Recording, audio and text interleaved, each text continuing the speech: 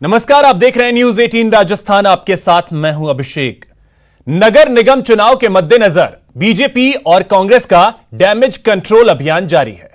दोनों ही दलों के पास बागियों को मनाने के लिए कल दोपहर 3 बजे तक का वक्त बाकी है। पार्टी प्रत्याशी के समर्थन में नाम वापस लेने की मान मनोवल में कई वरिष्ठ नेताओं को जिम्मेदारी सौंपी गई है। जीत की राह में रोड़ा बनने वाले अन्य निर्दलीय प्रत्याशियों से भी नाम वापस देने की गुहार लगाई जा रही है। वहीं प्रदेश अध्यक्ष समेत संगठन से जुड़े पदाधिकारी और वरिष्ठ नेता खुद इस पूरे ऑपरेशन को मॉनिटर कर रहे हैं। आपको बता दें कि जयपुर, जोधपुर और कोटा के 6 नगर निगमों में भाजपा के 140 कार्यकर्ताओं ने बागी होकर नामांकन दाखिल किए हैं। इसमें सबसे ज्यादा 67 बागी जयपुर के दोनों नगर निगम से हैं। वहीं अकेले जयपुर हेरिटेज में कांग्रेस के 42 बागी विधायक हैं, माफ कीजिएगा, बागी ताल ठोक रहे हैं। बागी नहीं कहा जा सकता, इसको हम इतना कह सकते हैं कि कई बार 10 लोग टिकट मांग रहे हैं, 12-15 लोग मांग रहे हैं, उसमें किसी एक को टिकट मिलता है। हर कार्यकर्ता हमारे लिए बहुत सम्मानीय, आदरणीय है। कई बहुत पोटेंशियल अच्छे कार्यकर्ताओं को टिकट नहीं मिल पाया। जो स्थितियां हैं, जीतने हारने की गणित के हिसाब से टिकट दिए जाते हैं। मैंने कल भी कहा, आज भी कह रहा हूं कि जो कार्यकर्ता नाराज है, उनको टिकट नहीं मिला। हमारे यहाँ पे बागी बहुत कम है कांग्रेस में, तो ऐसे कार्यकर्ताओं को मैंने पहले भी कहा था, राजनीतिक नियुक्तियां देकर उनका यूज किया जाएगा। पार्टी में सबका सम्मान है। कोई एमएलए बनता है, कोई एमपी बनता है, कोई पार्षद बनता है, कोई कमेटी का अध्यक्ष बनता है, कोई बोर्ड में जाता है। तो अभी राजनीतिक नियुक्तियां होना बाकी है पूरे प्रदेश में। चयन समिति ने श्रेष्ठ कार्यकर्ताओं में सर्वश्रेष्ठ कार्यकर्ता का चयन करने की कोशिश की है। पार्टी एकाकार है, किसी भी हालत में पार्टी की अनुशासन रेखा को कोई लांघे, ये इस बार सहन नहीं होगा। पूरा प्रयास रहेगा कि पार्टी एकमत होकर जो भी कमल के निशान पर जिनको निशान मिला उनके साथ काम करे। निगम चुनाव में बागियों को मनाने के सवाल पर पीसीसी चीफ गोविंद सिंह डोटासरा ने कहा कि हमने कमेटी बनाई है और उनको अधिकार दिए हैं। कमेटी ने टिकट वितरण में भी भूमिका निभाई है। अब अगर कोई बागी है तो उसे समझाने का काम भी कमेटी ही करेगी। नेता की ये पहचान है, नेता की ये पहचान। देखिए, निश्चित रूप से कार्यकर्ता के बीच में संदेश जाना चाहिए कि हमारी पार्टी ने हमें जब सिंबल दिया है तो हमारी सुध ली है, और मुख्यमंत्री और प्रदेश अध्यक्ष की तरफ से एक अपील जाती है तो उसका एक अलग मैसेज जाता है कि हमको याद किया गया है, कार्यकर्ता को याद किया गया है कि वो सरकार के साथ, पार्टी के साथ खड़ा हो और पार्टी को चुनाव जिताए। कार्यकर्ता पूरी तरीके से संतुष्ट हैं और सब कांग्रेस के कार्यकर्ता सजग हैं, पूरी लगन के साथ, पूरी मेहनत के साथ में सरकार के साथ खड़े हैं। कार्यकर्ता का मान सम्मान बरकरार रखने के लिए मैं हमेशा उनके साथ में खड़ा हूं। तो हमारे सहयोगी अरबाज अहमद जयपुर से इस वक्त जुड़ रहे हैं। अरबाज, आपके पास आना चाहूंगा और जानना चाहूंगा कि कल 3 बजे तक का वक्त है दोनों ही पार्टियों के पास। अगर बात की जाए अभी तक कितने लोगों को पार्टियां मना पाई हैं?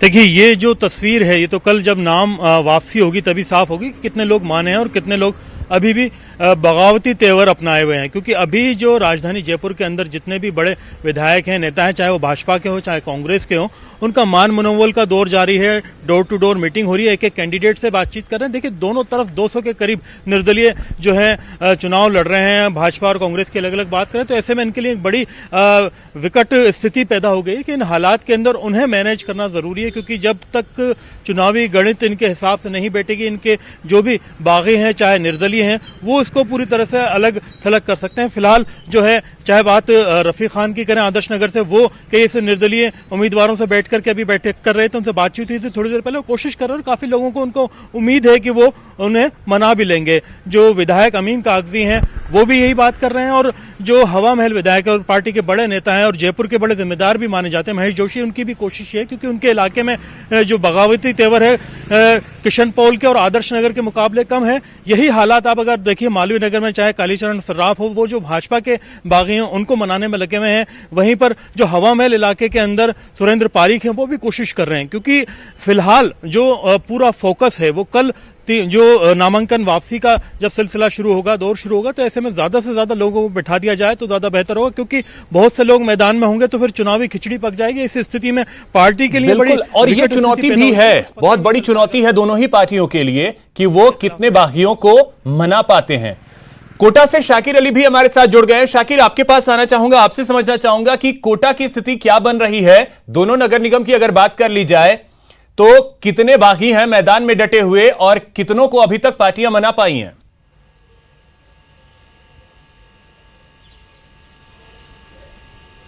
जी देखिए, कोटा में भी जो है कोशिश ये की जा रही है कि जो बागी हैं उनको मना लिया जाए, जो रूठ गए हैं उनको मना लिया जाए, ताकि जो समीकरण बिगड़ रहे हैं। कोटा की बात करें तो दोनों ही पार्टियों में मिलाकर करीब 80 से ज्यादा जो है बागी हैं जो चुनाव मैदान में भी डटे हुए हैं। और कोटा उत्तर और दक्षिण, ये दोनों जगहों पर कांग्रेस और बीजेपी को जो है बागियों से चुनौती मिल रही है। बड़े जो मंत्री हैं, बड़े जो नेता हैं वो यहाँ पर आ गए हैं। यूडीएच मंत्री शांति धारीवाल जो है कल रात को कोटा पहुंच गए थे और उसके बाद वो है जो है मीटिंग कर रहे हैं घर पर ही। जो बागियों के बारे में फीडबैक लिया जा रहा है और समझाइश की जा रही है, पदाधिकारियों को जिम्मेदारियां दी जा रही है कि वो जहां भी जो बागी है उसको संतुष्ट किया जाए और उसको बैठाया जाए। तो बीजेपी की अगर हम बात करें तो बीजेपी में भी जो है बाकायदा एक कमेटी का गठन किया गया, एक मीटिंग रखी गई, उसके बाद मंडल अध्यक्षों को ये जिम्मेदारी सौंपी गई। विधानसभा के उपनेता राजेंद्र राठौड़ और जो कोटा उत्तर के प्रभारी बनाई गई हैं किरण महेश्वरी, इसके अलावा जो है उदयपुर के सांसद अर्जुन लाल मीणा और जो कोटा के प्रभारी हैं भीलवाड़ा से सांसद सीपी जोशी, ये तमाम लोग जो है पूरी तरह से जुटे हुए हैं, क्योंकि बीजेपी में बागियों की तादाद ज्यादा है, क्योंकि उन्होंने लिस्ट जारी कर दी थी। कांग्रेस ने ऐन वक्त पर सिर्फ सिंबल जारी किया था, इसलिए कांग्रेस के बागियों को ज्यादा मौका नहीं दिए, समय नहीं मिला, क्योंकि नामांकन का आखिरी दिन था और उससे नामांकन दाखिल होने के बाद कांग्रेस ने लिस्ट जारी की थी। प्रत्याशियों को सिर्फ टेलीफोन पर उन्होंने सूचना दी थी, लेकिन उन सब के बावजूद भी कई सारे जो है कांग्रेस को भी जो है बागियों का सामना करना पड़ रहा है। अब कोशिश की जा रही है दोनों ही पार्टियों की होगा कि दोनों ही प्रमुख पार्टियां जो हैं वो कितनों को मना पाती हैं। कल 3 बजे तक का वक्त दोनों ही के पास है। बहुत शुक्रिया अरबाज और शाकिर, आप दोनों का इन तमाम जानकारियों के लिए। राजधानी जयपुर के जयपुर ग्रेटर और हेरिटेज नगर निगम चुनाव में इस बार भाजपा ने मुस्लिम उम्मीदवारों को बड़ी तादाद में मौका दिया है। अब इसे नगर निगम के वार्ड का चुनावी गणित माने या फिर सियासी मिजाज में बदलाव। लेकिन राजधानी जयपुर के जयपुर हेरिटेज में भाजपा ने 15 मुस्लिम उम्मीदवारों को टिकट दिया है, जबकि ग्रेटर में 3 मुस्लिम उम्मीदवारों को मैदान में उतारा गया है। पिछली बार भाजपा ने नगर निगम चुनाव में 91 वार्ड में 5 मुस्लिम उम्मीदवारों को टिकट दिया था, जबकि कांग्रेस ने 11 उम्मीदवारों को टिकट दिया था। उम्मीदवारों से बात की हमारे संवाददाता अरबाज अहमद ने। नगर निगम चुनाव का महासंग्राम शुरू हो चुका है और उस चुनावी महासंग्राम में शहरों की सरकार चुनी जानी है। फिलहाल हम रामगंज में मौजूद हैं। आप देख सकते हैं कि माइनॉरिटी बाहुल्य इलाका है और मुद्दा है जो भाजपा ने इस बार टिकट दिए हैं माइनॉरिटी को, चाहे हेरिटेज की बात करें चाहे जयपुर ग्रेटर की बात करें, काफ़ी तादाद में जो है उम्मीदवारों को टिकट मिला। आप देख सकते हैं चुनाव प्रचार रामगंज में जारी है, तमाम लोग यहाँ पर प्रचार कर रहे हैं। इस बार भाजपा ने मुस्लिम उम्मीदवारों के ऊपर काफ़ी उम्मीद जताई है और यहाँ पर उन्हें काफ़ी मौका भी दिया है, जितना पहले कभी शायद ही दिया गया हो। आपकी जो पार्टी ने इस बार कितने कितने टिकट दिए हैं, कितने कितने लोगों को मौका दिया जा रहा है? सबसे पहले मैं धन्यवाद देना चाहता हूं राजस्थान की भारतीय जनता पार्टी को और के शीर्ष नेतृत्व को, जो कि पहली बार अल्पसंख्यक समाज को इतनी संख्या में उन्होंने जो टिकट दिए हैं। हमारे 18 प्रत्याशी भारतीय जनता पार्टी के सिंबल पर जयपुर हेरिटेज और ग्रेटर से चुनाव लड़ रहे हैं और हमें विश्वास है कि जिस उत्साह के साथ हमारे लोगों के अंदर जो नई उमंग जागी है, युवाओं को उन्होंने मौका दिया है। आज हमारे बीच में हमारी बहन भी हैं, इनको भी मौका दिया है। युवा जो साथी हैं उनको मौका दिया है। युवाओं को आगे बढ़ाने का काम भारतीय जनता पार्टी ने किया है। मैं धन्यवाद देना चाहता हूँ विशेष तौर से सतीश पुनिया जी का। जयपुर हेरिटेज में कितने ग्रेटर? जयपुर हेरिटेज के अंदर 15 प्रत्याशी हमारे चुनाव में लड़ रहे हैं और ग्रेटर के अंदर 3 प्रत्याशी हमारे चुनाव में लड़ रहे हैं। मैं धन्यवाद देना चाहता हूं सतीश पुनिया जी को। उम्मीद है जीत दिला के लाओगे सभी? मुझे विश्वास है कि जो उम्मीदवारों को भारतीय जनता पार्टी ने टिकट दिया है, हम सभी के सभी उम्मीदवार जीतेंगे और नगर निगम में मेयर उप मेयर हमारा बनेगा। जी बिल्कुल। जो ग्रेटर है जयपुर नगर निगम, उसमें एक वार्ड ऐसा जिसमें 72 साल में पहली बार भाजपा ने मुस्लिम कैंडिडेट के ऊपर उम्मीद जताई है। शाहनवाज अंसारी कौन से वार्ड से लड़ रहे हैं, क्या तैयारियां आप? 29 नंबर वार्ड है ग्रेटर में जी। और हमारे ऊपर पार्टी ने विश्वास जताया है और उस विश्वास पे मैं खरा उतरूंगा और भारी बहुमत से वोट चुनाव जीत के आऊँगा। किस तरह से आपकी रणनीति रहेगी माइनॉरिटी के अंदर मुस्लिम समाज में भाजपा के नाम पर टिकट मांगना, आपका क्या रणनीति है, क्या तैयारी? कांग्रेस पार्टी ने जिस तरीके से हमारे बीच में जहर घोल लगा था, हमारा काम अभी पिछले 10 दिन से यही है उस जहर को ख़त्म करना। हमारे जो पार्टी के अंदर 72 साल से जो काम कर रहे थे कांग्रेस पार्टी में, वो पार्टी की भारतीय जनता पार्टी की ये रणनीति देख के बड़े खुश हुए और उन्होंने बड़ा अच्छा लगा, तो उस वजह से हमारे साथ में है वो। कैमरा पर्सन दिलीप चेची के साथ में अरबाज अहमद, न्यूज़ 18 के लिए जयपुर से। जयपुर ग्रेटर नगर निगम के वार्ड 18 का चुनाव दिलचस्प हो गया है। दरअसल कांग्रेस ने वार्ड 18 से पूर्व पार्षद भगत सिंह देवल को प्रत्याशी बनाया है। देवल पिछले चुनाव में बीजेपी के टिकट पर पार्षद बने थे, लेकिन 2019 में हुए मेयर उपचुनाव में उन्होंने बीजेपी के बागी विष्णु लाटा के समर्थन में क्रॉस वोटिंग कर बीजेपी से बगावत की थी। लिहाजा कांग्रेस ने इस बार उन्हें इनाम के तौर पर टिकट दिया है। वहीं विष्णु लाटा के सामने निर्दलीय प्रत्याशी के तौर पर सुशील शर्मा ने भी ताल ठोकी है। सुशील शर्मा 2 बार निर्दलीय पार्षद रह चुके हैं। खास बात यह कि विष्णु लाटा ने जब मेयर चुनाव के लिए नामांकन दाखिल किया तो सुशील शर्मा ही उनके प्रस्तावक थे। वहीं बीजेपी ने वार्ड 18 से पूर्व पार्षद राधेश्याम शर्मा को उम्मीदवार बनाया है। चुनाव है, चुनाव में साथी है, क्या है, आराम से भाई भाई सामने बाप बेटे चुनाव लड़ लेते हैं, साथी का क्या दिक्कत है? साथी चेयरमैन था, हम भी चेयरमैन थे, अब वो चुनाव लड़ रहे हैं, वो पार्टी से टिकट लाए, हम निर्दलीय हैं, चुनाव लड़ रहे हैं। दिक्कत क्या होनी है, क्या दिक्कत होनी है चुनाव में? क्या दिक्कत? चुनाव में 2 कोई आता है, या कोई जीतता है या हारता है। चुनाव ये लोकतंत्र का पर्व है और इसमें लोकतंत्र के अंदर चुनाव लड़ना हमारा हक है। जीत को आश्वस्त नहीं, 100% जीतूंगा। और मैंने जिस वार्ड से मैं चुनाव लड़ रहा हूँ वो वार्ड आने वाले 6 महीने के अंदर 20-20 3 वार्ड होगा। रोड ले लो, इंटरलॉकिंग टाइल ले लो, साफ सफाई ले लो, लाइटिंग ले लो, हर क्षेत्र के अंदर पूरे जयपुर शहर के अंदर अग्रणी वार्ड है और मेरी जीत में कहीं कोई दिक्कत नहीं है। मैं जयपुर शहर में सबसे भारी बहुमत से जीतूंगा। ये जो सामने चेयरमैन लड़ रहे हैं, 2 कैंडिडेट मेरे सामने तो मुख्य रूप से है ही, और प्रमुख रूप से पार्टी ने मुझे जो उम्मीदवार बनाया है उसके पीछे बड़ा कारण हमारे जो वार्ड नंबर 8 के जयपुर में निगम चुनाव में ऐसे पति पत्नी भी हैं जो दोनों ही चुनावी मैदान में हैं। चूंकि पत्नी ने राजनीति में पहली बार कदम रखा है, लिहाजा पति अपना वार्ड छोड़कर पत्नी की जीत सुनिश्चित करवाने के लिए प्रचार में जुटे हैं। दरअसल जयपुर नगर निगम को जब हेरिटेज और ग्रेटर में बांट दिया गया और वार्ड का परिसीमन हुआ तो निगम में 2 बार निर्दलीय पार्षद रह चुके सुशील शर्मा का वार्ड महिला के लिए आरक्षित हो गया। लिहाजा सुशील शर्मा ने ग्रेटर निगम के वार्ड नंबर 16 से अपनी पत्नी भगवान देवी को निर्दलीय प्रत्याशी के तौर पर मैदान में उतारा और खुद वार्ड नंबर 18 से निर्दलीय प्रत्याशी के तौर पर मैदान में है। यूं तो जयपुर नगर निगम के लिए 250 वार्ड्स के चुनाव होने जा रहे हैं, लेकिन जयपुर ग्रेटर का एक वार्ड कुछ खास है क्योंकि पति और पत्नी दोनों चुनावी मैदान में है। ग्रेटर नगर निगम के वार्ड 16 से भगवान देवी चुनावी मैदान में निर्दलीय प्रत्याशी के तौर पर उन्होंने नामांकन दाखिल किया है, जबकि उनके पति वार्ड 18 से चुनावी मैदान में है। चूंकि भगवान देवी राजनीति के अंदर नहीं आई हैं और ऐसे में उनके जो पति हैं वो 2 बार निर्दलीय पार्षद रह चुके हैं सुशील शर्मा, लिहाजा वो अपनी पत्नी को साथ लेकर घूम रहे हैं और पत्नी का जनसंपर्क वो यहाँ पर करा रहे हैं। खासतौर पर पत्नी चूंकि राजनीति में नहीं है तो ऐसे में पति को अपना खुद का वार्ड छोड़कर यहाँ पर आकर पत्नी के लिए चुनाव प्रचार करना पड़ रहा है। वो लोगों से मिलवा रहे हैं, जो वोट है वो यहाँ पर मांग रहे हैं और आप देख सकते हैं कि पत्नी को वो समझाते हुए यहाँ पर दिख रहे हैं कि किस तरीके से हाथ जोड़कर लोगों से वोट मांगा जाए, पैर छूकर वोट मांगा जाता है। ये एक तरीके से गुर वो अपनी पत्नी को यहाँ पर दिखाते हुए नजर आ रहे हैं। अभी हमारे साथ में सुशील शर्मा खुद मौजूद हैं। सुशील जी, आप वार्ड 18 से प्रत्याशी हैं, निर्दलीय प्रत्याशी हैं, लेकिन आप वार्ड 16 में प्रचार कर रहे हैं क्योंकि आपकी पत्नी यहाँ पर चुनाव प्रचार में खड़ी हुई है। निश्चित रूप से ये घरेलू महिला है और अब की बार महिला सीट रिजर्व होने की वजह से हमने इनको मैदान में उतारा है। मैं पिछले 10 साल से यहाँ निर्दलीय पार्षद के रूप में काम कर रहा हूँ। हमारा यहाँ बहुत सारा काम किया हुआ है, लोगों की हमारे प्रति धारणा है। जनमानस का ये कहना था कि आप भले ही कहीं से लड़ें लेकिन आपकी पत्नी को उतारें और जनमानस की भावनाओं को देखते मैंने उतारा है।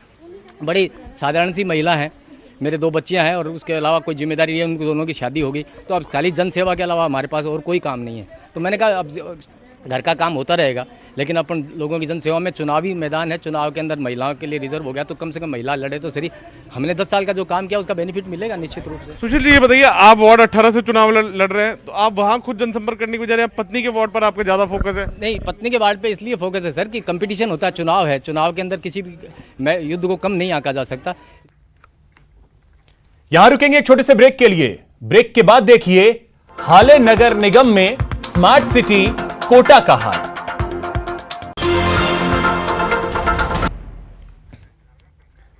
ब्रेक के बाद आपका स्वागत है। हाले नगर निगम में आज बात कोचिंग सिटी कोटा की, जहां डबल निगम के 150 वार्डों के लिए जंग जारी है, लेकिन कुछ वार्डों के हालात ऐसे हैं कि सालों बाद भी मूलभूत सुविधाएं नहीं पहुंच पाई हैं। आपको दिखाएंगे कोटा उत्तर नगर निगम के वार्ड नंबर 30 का हाल, जहां सड़क, बिजली, पानी, चिकित्सा की कमी है। कई बार एक बाल्टी पानी के लिए मारामारी तक की नौबत आ जाती है। इलाके का जायजा लिया हमारे संवाददाता शाकिर अली ने। नगर निगम चुनाव का एक बार फिर बिगुल बज गया है और नेता जो है अपने अपने क्षेत्रों में नगर निगम चुनाव में, पार्टियां अपने अपने पक्षों में मतदान कराने के लिए जुट गई है। लेकिन वार्डों की क्या हालत है, हम कोटा के आज उस वार्ड की तस्वीर आपको दिखाएंगे जो करीब 30 साल से अपनी बदहाली पर रो रहा है। ये कोटा का करनी नगर इलाका है और करनी नगर जो है पिछले जब वार्डों का परिसीमन नहीं हुआ था तब ये वार्ड नंबर 3 था, अब इसको 30 नंबर वार्ड कर दिया गया है। कोटा उत्तर नगर निगम का ये हिस्सा है, लेकिन इस पूरे इलाके में ना तो कोई सड़कें हैं, ना ही सीवरेज की कोई व्यवस्था है। तस्वीरें आप देख सकते हैं कि किस तरह से जो यहाँ के वाशिंदे हैं परेशानियों का लगातार सामना कर रहे हैं। रोड लाइट से लेकर सड़क, बिजली, पानी, स्वास्थ्य, चिकित्सा सहित तमाम परेशानियां जो है इस इलाके में मौजूद है।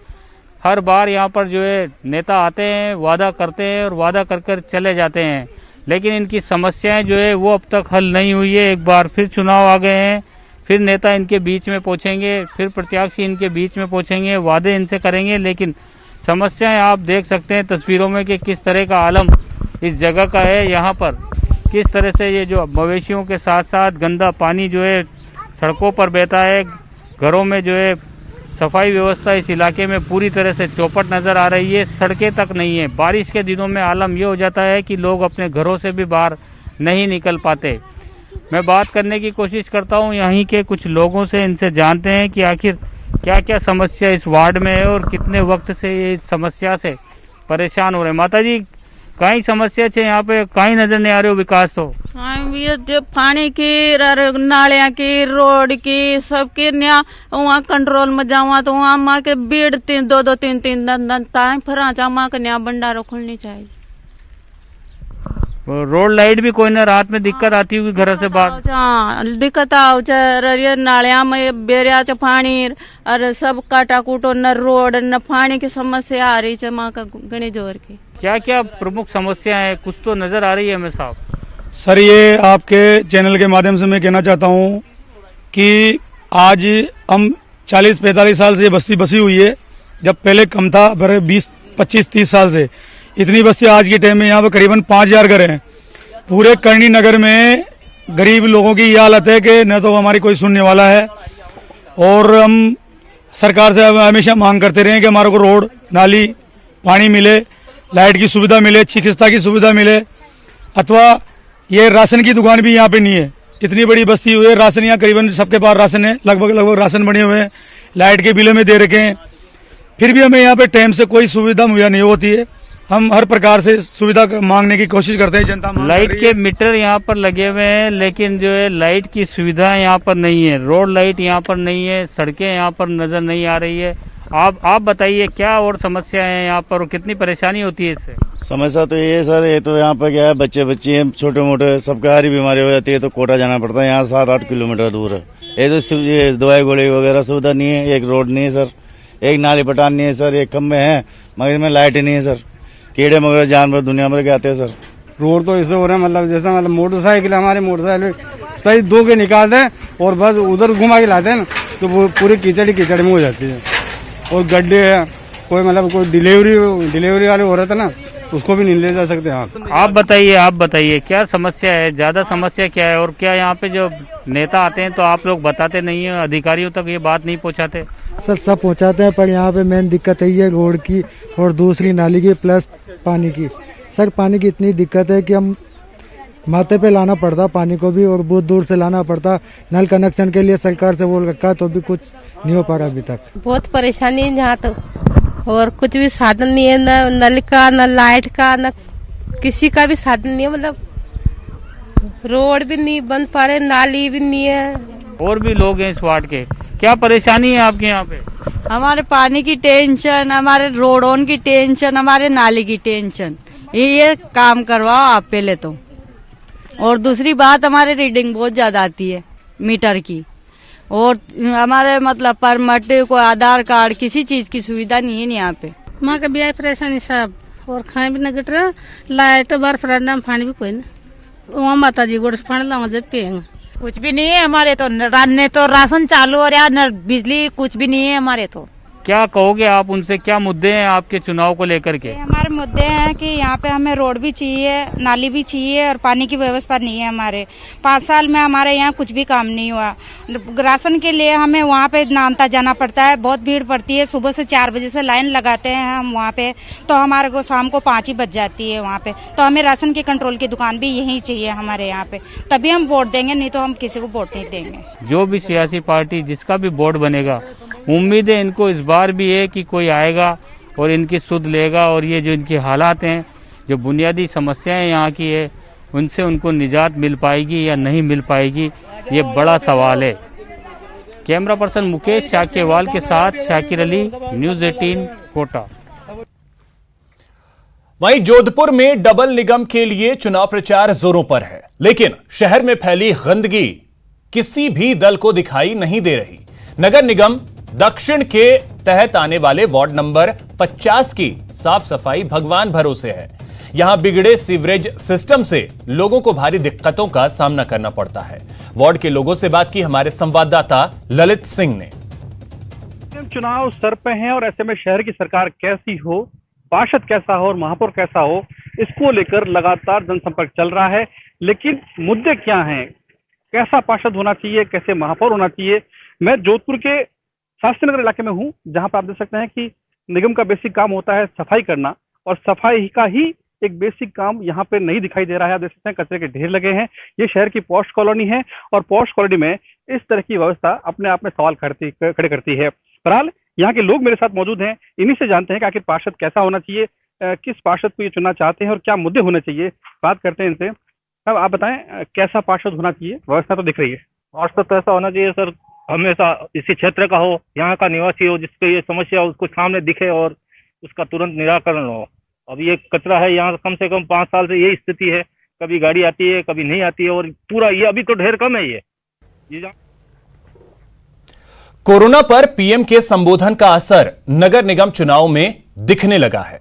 जोधपुर निगम चुनाव में भाजपा के प्रत्याशी हाथ में सैनिटाइजर की बोतल और चेहरे पर फेस शील्ड लगाकर घर घर वोट देने की अपील कर रहे हैं।